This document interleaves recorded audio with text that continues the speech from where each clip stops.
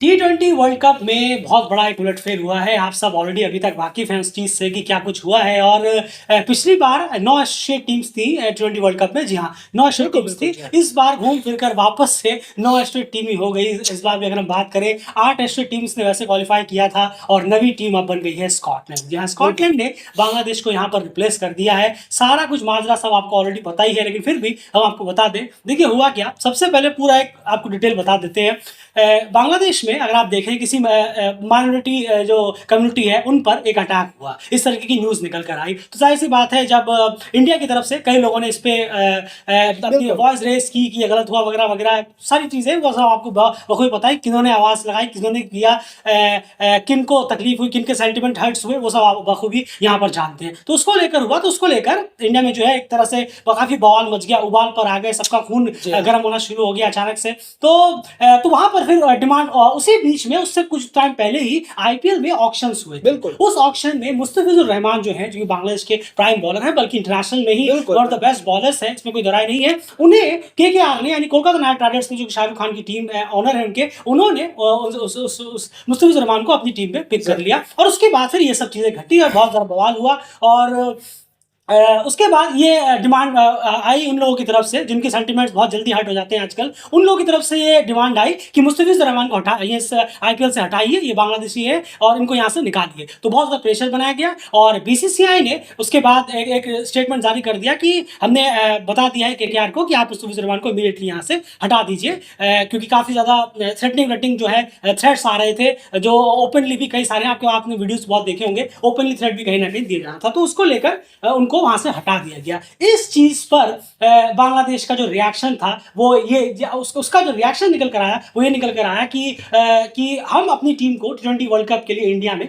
नहीं भेजेंगे। जब वो एक प्लेयर को वहां पर इतनी ज्यादा धमकियां दी जा रही हैं, थ्रेट दी जा रही है, तो पूरी टीम की सिक्योरिटी आप कैसे देंगे, फैंस की सिक्योरिटी कैसे आप देंगे, उसके बाद जो जर्नलिस्ट हमारे जाएंगे उनकी सिक्योरिटी आप कैसे देंगे। तो इस चीज़ का हवाला देकर बांग्लादेश ने T20 वर्ल्ड कप इंडिया में खेलने से मना कर दिया। और उसके बाद बाकी सब बहुत ज़्यादा मीटिंग हुई, आईसीसी से बहुत सारे इनके बात हुए, 2-3 हफ्तों तक ये सारा सिलसिला चलता रहा। आईसीसी ने अपना डेलीगेशन भी बांग्लादेश भेजा था, लेकिन वो उससे भी कुछ खास बात बनी नहीं। आईसीसी ने एक तरह की डिमांड ये भी रखी थी कि अगर आप लोकेशन कोई एक दो पे अगर आप करना चाहें एक सेक्शन पे, लेकिन उसको भी नहीं। बांग्लादेश का शुरू से ही एक ही स्टांस था कि हम इंडिया में नहीं खेलेंगे, हमारे सारे मैच जो है वो शिफ्ट कर दीजिए किसी भी न्यूट्रल वेन्यू पे, मोस्ट प्रोबेबली श्रीलंका में, क्योंकि श्रीलंका इसे को होस्ट यहाँ पर कर रहा है। लेकिन आईसीसी ने ये रिजेक्ट कर दिया और एक बार उन्हें लास्ट और अल्टीमेटम दिया, 24 घंटे का हम आपको टाइम देते हैं, या तो आप इंडिया में खेलने के लिए मान जाइए या फिर हम आपको रिप्लेस कर देंगे। 24 घंटे बीत गए, उसके बाद भी जो बांग्लादेश क्रिकेट बोर्ड का जो स्टांस था वो सेम था कि नहीं, हम इंडिया अगर किसी भी कीमत पर अभी टाइम पे अभी नहीं खेल सकते, आगे का पता है, लेकिन अभी हम वर्ल्ड कप जाकर वहां पर नहीं खेल सकते। उसके बाद फिर आईसीसी ने 24 मिनट का अल्टीमेटम खत्म हो गया और आईसीसी ने ऑफिशियली स्कॉटलैंड को रिप्लेस कर दिया बांग्लादेश के साथ। ये पूरा मामला हुआ था कि क्यों बांग्लादेश बाहर हुआ और स्कॉटलैंड यहाँ पर अंदर हुआ। अब स्कॉटलैंड अयान कैसे अंदर हुआ वो आप समझा। बिल्कुल। अब स्कॉटलैंड की भी क्यों आखिर चुनी गई यहाँ पर रिप्लेसमेंट के तौर पर? क्यों? क्योंकि यहाँ पर जो नॉन पार्टिसिपेटिंग टीम्स हैं, यानी कि जो वर्ल्ड कप में टीमें नहीं हैं, उनमें सबसे हाईएस्ट रैंक स्कॉटलैंड की 14वीं रैंक, 14th रैंक पर स्कॉटलैंड मौजूद है। आईसीसी की अगर आप जाकर देखेंगे तो सबसे हाईएस्ट रैंक की टीम होने के नाते जो टीमें यहाँ नहीं है वर्ल्ड कप में, इस वर्ल्ड कप में, तो उनमें सबसे हाईएस्ट रैंक होने के नाते स्कॉटलैंड को यहाँ पर डायरेक्ट एंट्री मिली है। रिप्लेसमेंट जोड़ा गया है बांग्लादेश के एज देखा जाए, और ये पहली मर्तबा नहीं है कि स्कॉटलैंड के साथ ये हुआ है। 2009 में अगर आप पीछे जाएंगे तो वहां पर भी 2009 में स्कॉटलैंड की ऐसी ही कुछ वापसी हुई थी, लास्ट मिनट एंट्री हुई थी। बिल्कुल। और वहां पर जो उसके अपोज जो नहीं पहुंच पाए थे वो थे जिम्बाब्वे वीजा इशू के चलते इंग्लैंड में वर्ल्ड कप नहीं खेल पाए थे और फिर उन्हें बाहर होना पड़ा। तो स्कॉटलैंड को वहां पर फिर से स्कॉटलैंड ही वहां आई थी, और क्योंकि और उस वक्त जो आई थी वो एसोसिएट टीम में, अमंग एसोसिएट्स में सबसे हाईएस्ट रैंक वाली जी उस वक्त 2009। लेकिन इस वक्त की अगर हम बात करें 2026 में, तो नॉन पार्टिसिपेटिंग टीम्स में सबसे हाईएस्ट रैंक रखने वाली टीम स्कॉटलैंड है, इसलिए उन्हें यहाँ पर रिप्लेसमेंट जोड़ा।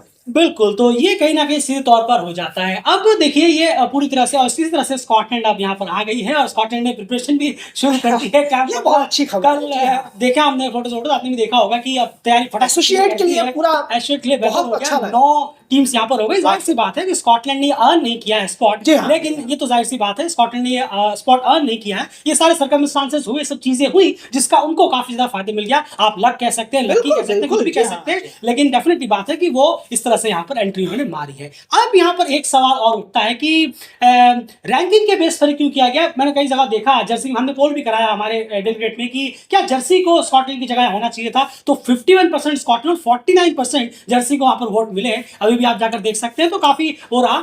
तो देखिए सबसे बड़ी बात तो ये है कि अगर क्वालिफिकेशंस के थ्रू जाते, अगर क्वालिफायर्स के थ्रू जाते कि क्वालिफायर में जर्सी ने जी हाँ, उनसे बिल्कुल ऊपर थी। जर्सी तीसरे जी नंबर हाँ। पर थी, स्कॉटलैंड चौथी पे थी कि तो क्वालिफायर के थ्रू चूज करना चाहिए था। तो फिर आप जरा हमें ये बताइए कि यूरोप क्वालिफायर से ही वो क्यों पिक करते? बिल्कुल, बिल्कुल सही। फिर आप जर्सी को ही क्यों कह रहे हैं? ऐसे तो फिर युगांडा हो सकती थी, ऐसे तो फिर ईएपी से कोई और हो सकता था, वाकई में। एशिया ईएपी से जो चौथे नंबर पर टीम रही हो वो उनको दे देना चाहिए था, बिल्कुल। जर्सी को ही क्यों देना चाहिए था? तो ऐसे फिर ये कैसे कि क्वालिफायर से अगर लेना होता तो यूरोप क्वालिफायर से ही क्यों लिया जाता? बिल्कुल सही। आप अफ्रीका के लिए भी आवाज उठाइए, एशिया ईएपी के लिए बोलिए कि बिल्कुल वहां से, तो ऐसे वो 3-3 क्वालिफायर से कहां से उठाते? इसीलिए उन्होंने एक सिंपल सा रास्ता चुना, जो हाईएस्ट रैंक टीम है नॉन पार्टिसिपेट टीमों में, उन्हीं को हम यहाँ पर लेकर जाएंगे और स्कॉटलैंड इस तरह से वो अंदर आ गया। क्योंकि जैसे मैंने कहा कि जर्सी बिल्कुल क्वालिफायर में उनसे ऊपर पिक हुआ, लेकिन यूरोप क्वालिफायर से ही क्यों चुना जाए? बिल्कुल सही। रिप्लेसमेंट अफ्रीका क्वालिफायर भी तो है, आप उसके लिए बोलिए। एशिया ये भी तो है, चौथे नंबर पर जिन्होंने फिनिश किया था, आप उसके लिए भी बोलिए। अब 3 क्वालिफायर हो गए, अभी कैसे डिसाइड होगा कि 3 क्वालिफायरों में जो नॉन पार्टिसिपेंट टीम रह गई उसमें से कौन जाएगा? जी हाँ, कुछ नहीं, ये बहुत बचकाने सी बात लगती है, ये हंसी वाली बात है। देखिए अगर आप एसोसिएट में ही अगर आप जो भी ये बातें कर रहे हैं ऐसे कि स्कॉटलैंड को ही क्यों लिया, या ये बड़ी अजीब बात है। एसोसिएट है, जो भी आए जिसको भी लिया जाए खुश रहना चाहिए, क्योंकि एसोसिएट बहुत छोटा पूल है। अब किसको लिया, क्यों लिया, इस पर दिमाग लगाना सीधी सी बात है। आईसीसी ने बहुत अच्छा रास्ता चुना कि बजाय क्वालिफायर्स के वो सीधा रैंक पर चले गए। अब क्रिकेट ही इतना कम होता है एसोसिएट में कि रैंक बढ़ाने का मौका ही नहीं मिलता। जी हाँ, लेकिन स्कॉटलैंड को ये मौका मिला कि वो 14वें रैंक पर रहे, हाईएस्ट टीम है, तो ये रास्ता आईसीसी ने बहुत अच्छा लिया जहां तक देखें अगर। लेकिन अगर ये सिर्फ पर्टिकुलर कि इसी रीजन से लेना चाहिए, वहां से मत लो, इसी रीजन से लो, ये सोच बहुत घटिया है। बिल्कुल।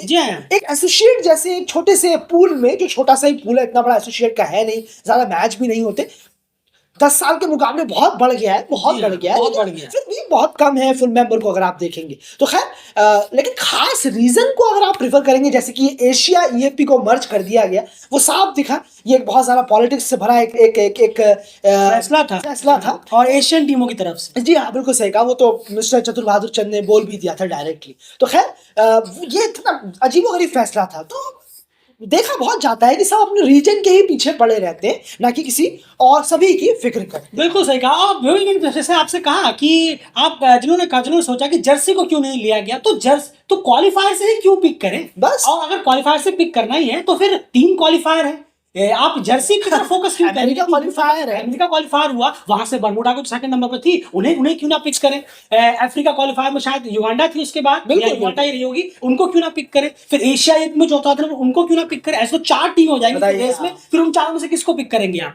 तो क्वालिफायर से अगर पिक करना है तो यूरोप से क्यों पिक करें? ये भी थोड़ा सोचिए, थोड़ा दिमाग लगाइए कि आखिर यूरोप से क्यों पिक करना है। उन्होंने यूरोप से पिक नहीं किया, उन्होंने हाईएस्ट रैंक टीम के साथ गए। यही तो बात है, ये रीजन है कि उन्होंने पिक किया। उम्मीद है कि सबको समझ में आ गया होगा। खैर ये पूरा सूरत हाल रहा है। बाकी बांग्लादेश के लिए डेफिनेटली अनफॉर्चुनेट रहा, पहली बार वो वर्ल्ड कप यहाँ पर मिस आउट करेंगे, और ये सारी चीजें जो घटी है ये इसी तरह से घटी है, जो कि हमने आपको शुरू से ही कहीं ना कहीं बता दिया। फिलहाल इस वीडियो में इतना ही। बन गई डेल चैनल के साथ। All the best Scotland, all the best. ये एंट्री जो आपको मिली है, लास्ट और एंट्री जो भी मिली है, इसका थोड़ा सा मेक इट काउंट करिए, भुनाइए। प्रिपरेशन गेम ज्यादा है नहीं, प्रिपरेशन ज्यादा होगी नहीं, लेकिन फिर भी उम्मीद करेंगे बेटर होगा। हाँ, एक सवाल और मैंने थंबनेल में डाला था कि इससे नेपाल और इटली को नुकसान हुआ है या फायदा। देखिए ये भी आपको समझना पड़ेगा, अगर आप अंधे हैं तो आपको समझ नहीं आएगा। इससे नुकसान उनको ज्यादा हुआ है।